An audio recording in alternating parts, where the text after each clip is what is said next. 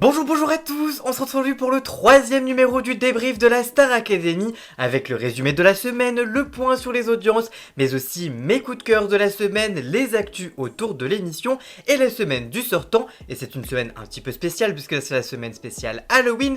Vous allez donc tout savoir sur la troisième semaine de la saison 12 de la Star Academy, c'est juste après le générique.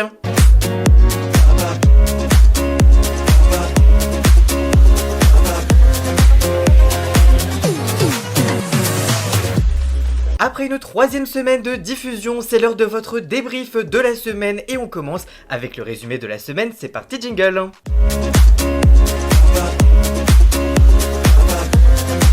Cette semaine, c'était la semaine des destins liés, mais aussi la semaine d'Halloween et des premières sorties pour les élèves. Cette semaine, 2 évaluations étaient au rendez-vous. L'une pour avoir la chance de chanter avec David Guetta au Energy Music Award et l'autre pour éviter la nomination tout simplement. Finalement, Emma et Maceo ont remporté la première évaluation, tandis que Thomas, Maya et Marine et Ulysse étaient les nominés de la semaine, retour sur leurs semaines respectives. La constitution des duos a été plutôt compliquée et a créé des remous parce que Marguerite aurait voulu être avec Ulysse, mais il a expliqué qu'il s'était un malentendu car il croyait que Marguerite était déjà en duo avec quelqu'un. Ulysse ne voyait de toute façon pas faire un duo avec quelqu'un d'autre que Marine, mais pourtant sur les premières évaluations de Marine et Ulysse, Michael a plutôt indiqué que Marine ouvre la bouche et c'est beau, c'est parfait. Sur Ulysse, il y a des limites, mais il y a un truc hyper touchant. Ou encore de la part de Sophia qui a indiqué, je cite, « C'est fragile pour Ulysse niveau vocal, ça fonctionne à l'éval mais on est en dessous ». Pour la deuxième évaluation, Michael Goldman a dit « Je m'ennuyais un peu, il y a une erreur musicale, Marine chantait plus fort ». Pour Marlène, le duo sur le papier doit marcher et c'est tout le contraire qui s'est produit. Marine était de toute façon un peu pessimiste après les évaluations, elle a appelé son père qui ne l'a pas vraiment rassurée à ce niveau-là. La jeune femme craque alors et elle a expliqué à Ulysse ce que lui a dit son père. Ulysse a lui aussi une mauvaise intuition sur les évals, il était plutôt triste et est parti s'isoler dans le théâtre. Marine l'a rejoint et il craque à deux car qu'elle lui en veuille parce que Michael Goldman lui a dit que Marine avait chanté plus fort. Ulysse a du mal à prendre les critiques des profs sur le tableau des évaluations. Vendredi, Marine et Ulysse se sont taquinés et clashouillés gentiment sur un exercice du cours de sport parce qu'Ulysse se précipitait et Ulysse déteste perdre.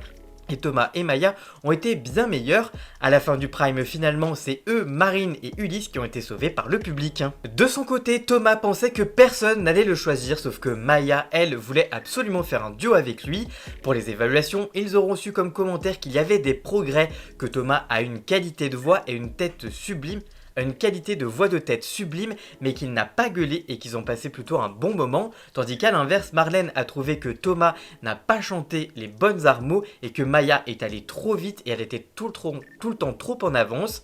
Pour la deuxième évaluation, ils ont reçu un peu les mêmes remarques et Michael Goldman a également dit c'est propre presque trop, ils ne se sont pas donné l'occasion de briller, tandis que Hugues a lui trouvé que c'était riche d'idées et d'énergie, extrêmement drôle dans l'impro de théâtre. Lors du cours d'expression scénique avec Marlène Schaff sur la gestion des émotions, ils étaient très attentifs parce que Maya et Thomas ne savent pas trop gérer leurs émotions sur scène et du coup ça déborde un peu. Le duo a appelé également chacun leur père et leur mère qui lui ont fait des compliments et surtout de rester souriants à l'annonce des nominations et surtout de s'amuser et de pas se morfondre après leur nomination. Cette semaine, Maya s'est aussi fait recadrer par Sophia Morgavi jeudi car elle chante la vocalise et elle paraît un peu détachée et du coup elle va trop vite et elle n'est pas juste et elle lui demande de se calmer et de ralentir. La jeune femme a l'impression de ne pas progresser tandis que Marguerite la rassure et pourtant elle a quand même du mal à le voir et à le comprendre. Finalement sur le prime, ils n'ont pas été sauvés par le public et après une battle sur casting avec Christophe Maé, c'est finalement Thomas qui a été éliminé et Maya a été sauvée par les élèves. Cette semaine, c'était également la semaine de Emma et Maceo. À l'annonce de la récompense chantée avec David Guetta au Energy Music Award, le duo s'est formé sans réfléchir pour 2 objectifs différents. Emma veut absolument participer au NMA parce qu'elle en est fan depuis qu'elle est enfant, tandis que pour Maceo, c'est surtout pour chanter avec David Guetta. Pendant les évaluations, Malika les a trouvés sincères, authentiques et qu'il y avait un super équilibre, tandis que Marlène a adoré J'étais au spectacle, attention à l'anglais quand même. et c'est eux qui ont été choisis. Mardi, malgré l'absence d'évaluation, Emma et Maceo se sont réveillés tôt pour faire du sport, car ils veulent avoir une bonne hygiène de vie maintenant au château, font des burpees et plein d'exercices pour être prêts pour les Energy Music Awards. Au moment de préparer leurs valises pour se rendre à Cannes pour la cérémonie, ils sont trop heureux et estiment que c'est la meilleure journée de leur vie qui va avoir lieu demain. Vendredi, Maceo et Emma arrivent à Cannes et découvrent leur loge avec leur nom écrit qu'ils ont d'ailleurs emmené pour le château. Ils rencontrent également David Guetta qui est content pour eux et qui va les faire réaliser un rêve. Ils partent en répétition sur le plateau, ils enchaînent avec le make-up et la tenue. Nico Saliagas retrouve les deux académiciens pour les encourager et leur donner de la force. Emma et Maceo arrivent également sur le tapis rouge et des fans les attendent sur la croisette. Ils retrouvent également Paola Locatelli pour une petite interview tapis rouge. Ils font également le photoshoot avant de monter les marches, palais des festivals avant de monter sur le plateau. Et les autres académiciens ont pu découvrir en direct la prestation de Emma et Maceo. Ils sont très touchés et très fiers d'eux. Les deux académiciens sont très heureux et très fiers de leur prestation. Ils retrouvent leur marraine dans les coulisses des Enema qui est très heureux pour eux et ils font même une petite photo à trois. Par ailleurs, cette semaine, la malédiction d'Halloween s'est abattue sur le château, mais également ici. Squelettes, toiles d'araignée et autres monstres ont envahi le château de Damary-Lady ce jeudi. Cette semaine, ce n'est pas le cours de Sophia Morgavi qui a eu lieu, mais plutôt celui de Mortika Morgavi, puisque la prof de chant était déguisée pour l'occasion. Elle a aussi adapté la vocalise. Ses citrouilles sont so chic, certaines sont en papier. En papier, ce n'est pas le pied, prends celle-ci en doré, c'est stylé. À la pause entre deux cours, un étrange monstre est venu aux fenêtres du château pour effrayer Ebony qui répétait avec Franck. Ils sortaient tous dans le jardin, mais ils ont trouvé personne. Monstre qui a d'ailleurs fait une apparition en ITV pour effrayer Ebony encore. Il est également réapparu pendant le repas des académiciens, avant le cours de théâtre de Belzé Hugues pour un thème sur la surprise et l'épouvante ainsi que la peur. Fanny Delegue était aussi déguisée pour les répétitions et elle a décidé de se cacher pour faire peur à Ebony et Franck dans leur salle de chant. Une répétition qui a un peu été perturbée par le monstre du château qui a effrayé les deux élèves. Dans le foyer, Lucie a également été déguisée et elle se trouve avec les 4 nominés quand la lumière s'éteint et que d'effrayantes créatures apparaissent à la fenêtre et le monstre du château rentre dans le foyer dans le noir et a fait hurler Lucie et Marine. Les élèves ont fait une sorte d'escape game dans la nuit pour les mener à la salle de chant, puis au foyer, puis dans la salle de danse où ils doivent répéter la chorégraphie de Thriller de Michael Jackson pour conjurer la malédiction d'Halloween et d'avoir un grand coffre de déguisement pour une grande soirée halloweenesque et c'est une bonne ambiance qui a fait du bien à tous les élèves. Franck, Julie, Charles et Noah ont également eu leur première sortie du château. Ils se sont déguisés pour partir à une soirée d'Halloween organisée par Instagram. Ils ont remporté en étant dans le top 3. Ils rencontrent Jastriad ou encore Pierre Demer. Ils retrouvent également Lenny de la promotion de l'année dernière ou encore Julien de Saint-Jean qui a joué dans le Comte de Monte Cristo dont Julie est fan. Il a avoué avoir regardé toutes les quotidiennes. Les élèves rencontrent aussi Iris Mittenard qui les connaît et les admire pour leur travail et leur sérénité.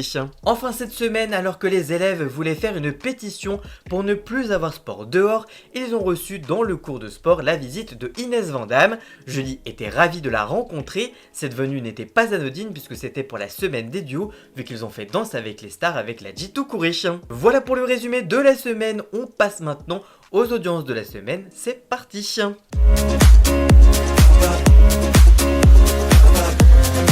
C'est l'heure des audiences de la semaine. Cette semaine, TF1 diffusait une nouvelle semaine de la Star Academy avec Nico Saliagas et Karima Charny.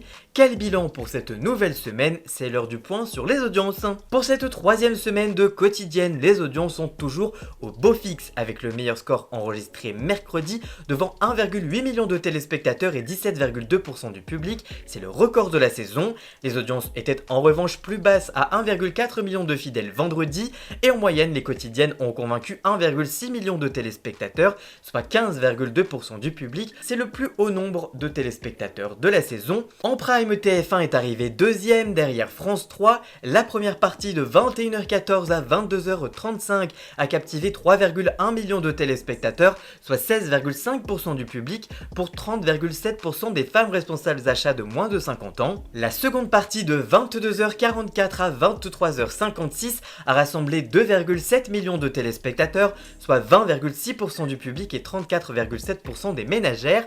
Samedi dernier, le Prime avait rassemblé lors de la première partie 2,7 millions de téléspectateurs et 13,8% de part d'audience, et lors de la seconde 2,3 millions pour 18,1% de part d'audience.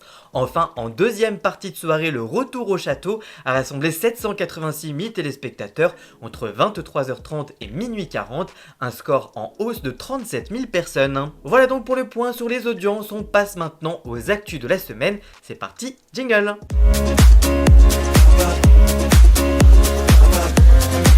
Pierre Garnier explique pourquoi il ne veut pas faire de duo avec les autres académiciens pour le moment. Invité d'honneur de l'émission Le Grand Studio, animé par Sophie Pandeville ce vendredi 25 octobre dans le studio de Bell RTL, Pierre Garnier a répondu aux questions d'une centaine d'admirateurs gagnants d'un concours de ciné-télé-revue. Au cours de cet exercice, Maureen, oui comme l'actuelle élève de la promo 2024, mais qui était l'une des heureuses auditrices du jour, a posé une question très attendue sur le sujet de la suite de sa carrière. Est-ce que tu vas faire un feat avec un autre académicien de ta promo?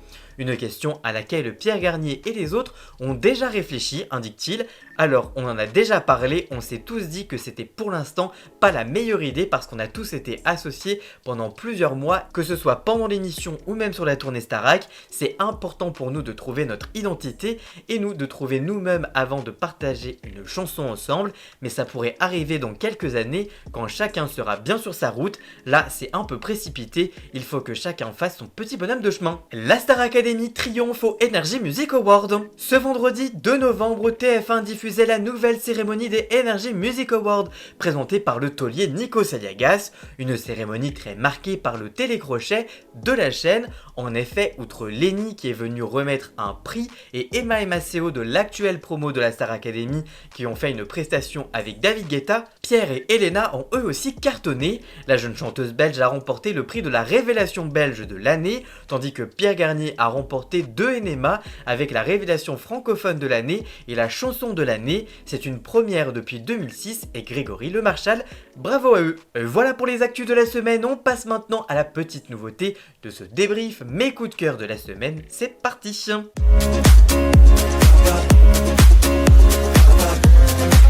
Nouveauté cette année, c'est le moment où je donne un petit peu plus mon avis, je le rappelle, purement personnel et très loin d'être un expert de la musique. Mon premier coup de cœur va pour Emma et Maceo. Ils ont tout cartonné en duo cette semaine, ils se sont révélés ensemble, ils ont fait de super bonnes évaluations, ils ont cartonné, ils ont été immunisés sur le Prime, ils ont été au Energy Music Award et ont là aussi brillé. Bref, excellente semaine. Mon second coup de cœur, c'est pour Marguerite qui nous a également surpris cette semaine. Elle a beaucoup aidé son binôme pour les évaluations, elle est restée très positive et a eu un super duo avec Oshi sur le Prime. Elle nous a également beaucoup fait rire pour Halloween. Bref, gros coup de cœur. Enfin, mon dernier coup de cœur de la semaine, c'est pour Ebony, qui a eu une petite baisse de morale cette semaine, mais l'évaluation en duo avec Marguerite lui a bien réussi. Elle nous a fait rire avec le monstre d'Halloween, et surtout, elle a tout cartonné sur le Prime. Encore une fois, elle a porté le Prime à elle toute seule. Et on termine cette émission comme chaque semaine avec le sortant, et cette semaine, on s'intéresse à la semaine de Paul.